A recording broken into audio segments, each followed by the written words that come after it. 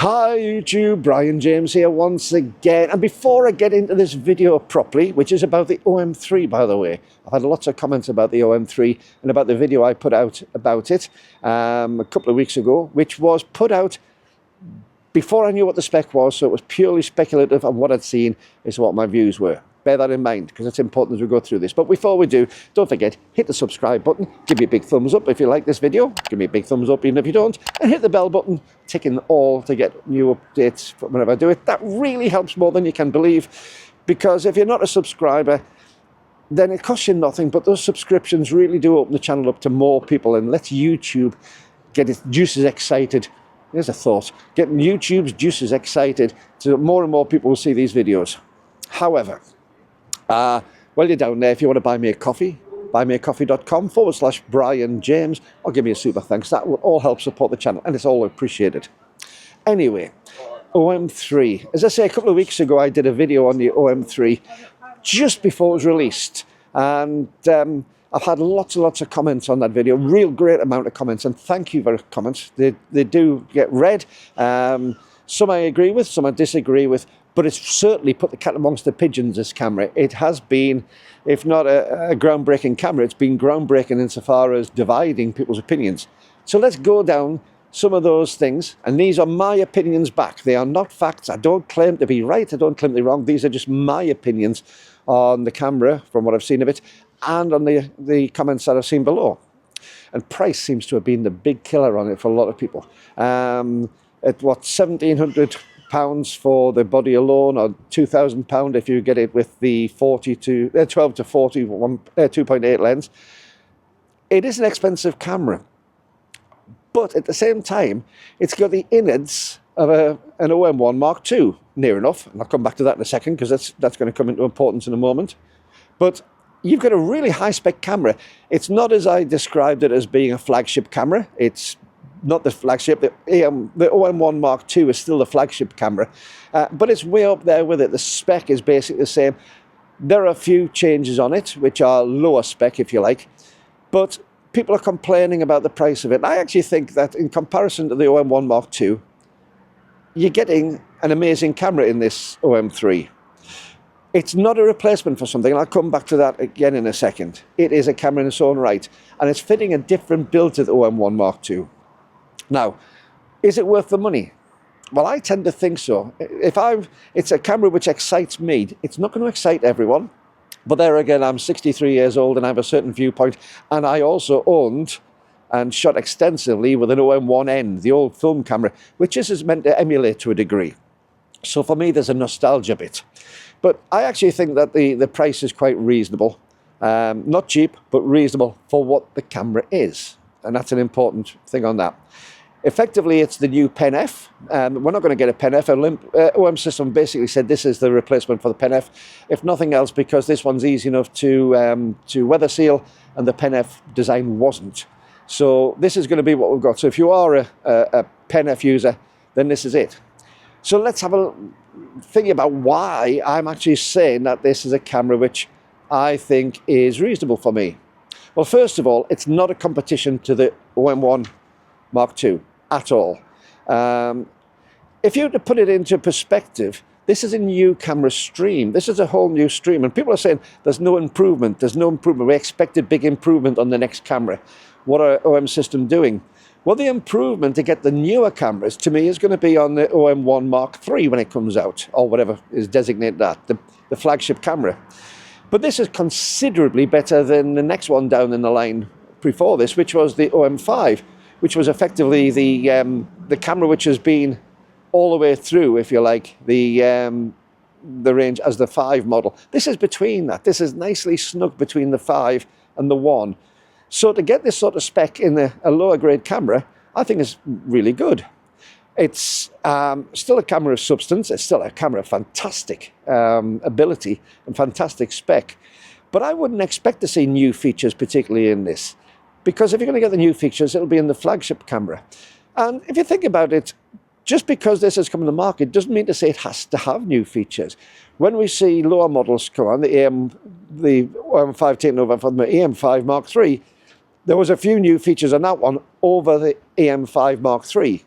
But this one doesn't have a predecessor. This is new ground. So everything you've got is the base, if you like. So I don't get upset about having no new tech in this one. I don't get upset about having slightly lesser tech than the OM1 Mark II. There's far too many numbers in this, because this is a lesser camera. So having one card slot, that's acceptable to me. Having one or two less features or slightly downgraded EVF compared to the flagship one, I can take that. It is expensive, but it's also hitting a different market as well. This is hitting the retro market. It's not going to appeal to younger shooters or the more modern shooters who want the greatest thing. They want all the grips and things. I actually, because I was used to an OM1N, the film camera, the lack of a grip doesn't bother me. There will be grips which will be able to be brought. There's a third-party grip, no doubt, which can be attached if you do really want the grip. I do miss the grip, by the way. I really do miss a grip, but at the same time, I'm used to a camera without that. So I can live with that. That's not a big issue for me. I still think the camera itself is an incredible shooting tool, and that's been borne out by the reviews of the people who've had the camera. So, yes, I think that's what covers it. However, I haven't had a play with this camera yet. And a couple of people mentioned, you know, have you not played with that? Did they not give you one? And a few people have said us about reviews in the past, and I think I've probably burned some bridges by not being totally complimentary about things like OM Systems marketing in the past. But I know when the 600mm zoom came out, and when the OM1 Mark II came out, I was quite critical of OM System insofar as their marketing. When I got my hands on the camera to play with, I loved it, and I still love it. I still think it's fabulous, and the lens is awesome. But it was the marketing and the way that I felt they were treating the customers. So maybe I've shot myself in the foot with that, because it seemed that everybody and the dog had a pre-release version to do a video. Now, this might be seen as sour grapes. It probably is a little bit. Certainly jealousy. I'm green. If I could go green with envy, if I can find out how to put a green filter on this, I might do. But yeah, when it would have been nice to have had one of these to give an opinion on. I do tend to do a lot of videos. I've got 12.5, nearly 13,000 subscribers up to now. How you doing? What's your video? Oh, thank you. Like the 430. Yeah. I'm just doing one now. What's your name? John. John. Pleased to meet you, John. Yeah. I spotted it. Sorry, I didn't want to interrupt you. It's okay. Just keep it up, Paul. If you don't mind, I'll say hello to you in the video. Thank you. John, wonderful. Nice to see. Oh, that's made my day. It's made my day there. I left that in because it's just nice on that. But hello, John. Thank you very much for watching the videos. Nice to meet you.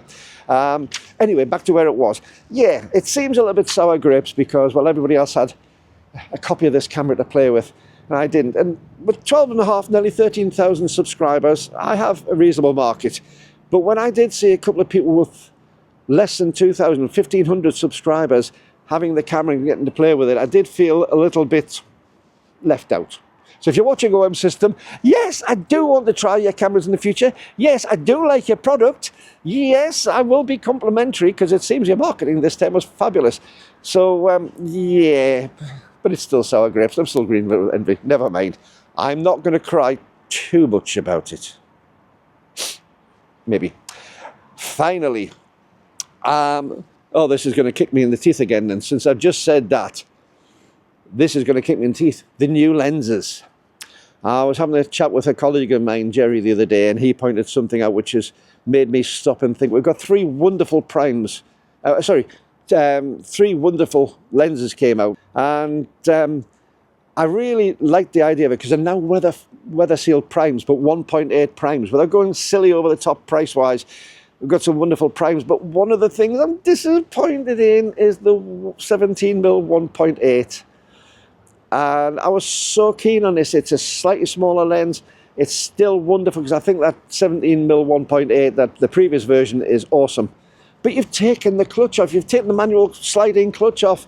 And that's one of the things I really do like. And I hadn't noticed it first, but that's disappointed. Would it stop me buying the lens? No, I think for the weather seal it's worth it. But maybe that's part of the reason of taking it off, though, to get it weather sealed. So I can understand that. But it did seem a little bit of a counterintuitive move on that one. So yeah, have a look at the comments below on that previous video. And if you want to leave comments on this one, please do, because I'm always open to comments. I enjoy watching them as much as possible, reading them as much as possible. I do try answering as many as I can. I don't always get the chance to. And quite often, if somebody's coming up with the same points over and over again, I'll answer it once. So if you have asked me a question and you don't get an answer to your question, have a look through the previous comments and you might find that I've already done it. But yeah, that's where we are.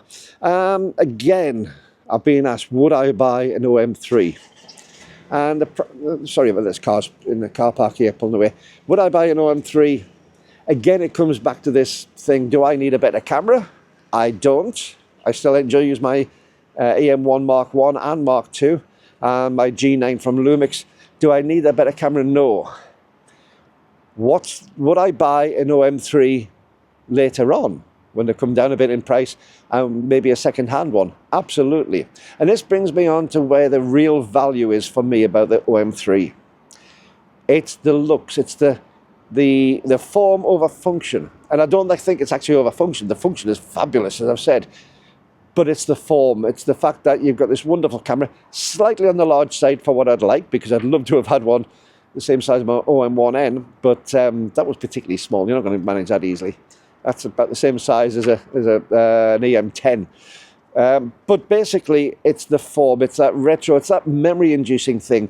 And sometimes, depending on who you are, sometimes it's the form that you really go for. It provokes memories for me. It brings back some of those days where I was starting in photography and taking a really good quality camera out, which I'd never had before when I was younger, and taking some awesome images.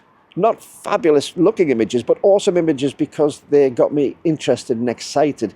And that is something that, to a degree, has been lost with the modern cameras. They're all very much the same. And what's happened recently, we've just had this sudden boom in some of the cameras from Fuji and Nikon and Leica, you know, some of the cameras that we've got for provoking those memories. It's a little bit like when we buy cars. If you think about it, in the 90s, Jaguar brought out a new S-Type.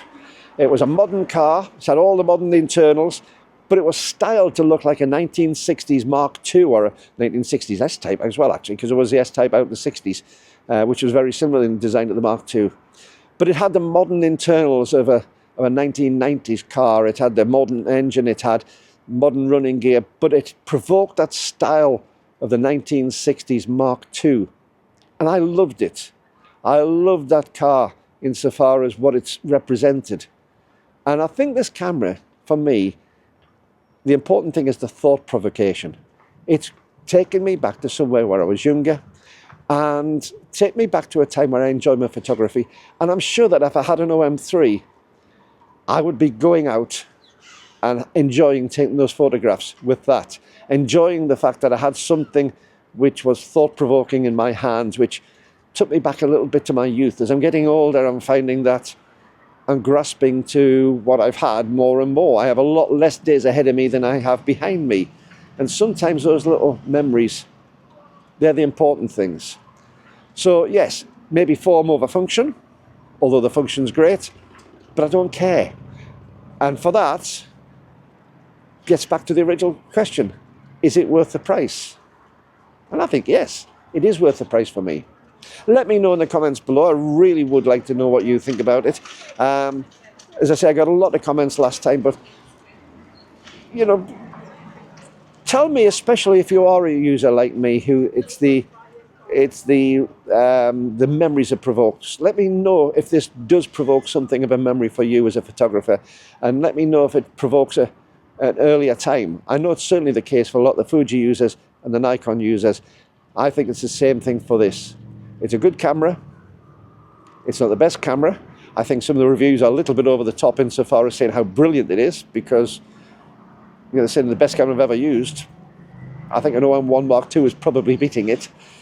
But at the same time, there's an enthusiasm. Let me know below. And don't forget, if you get the chance, there's some channels and some videos you can watch here.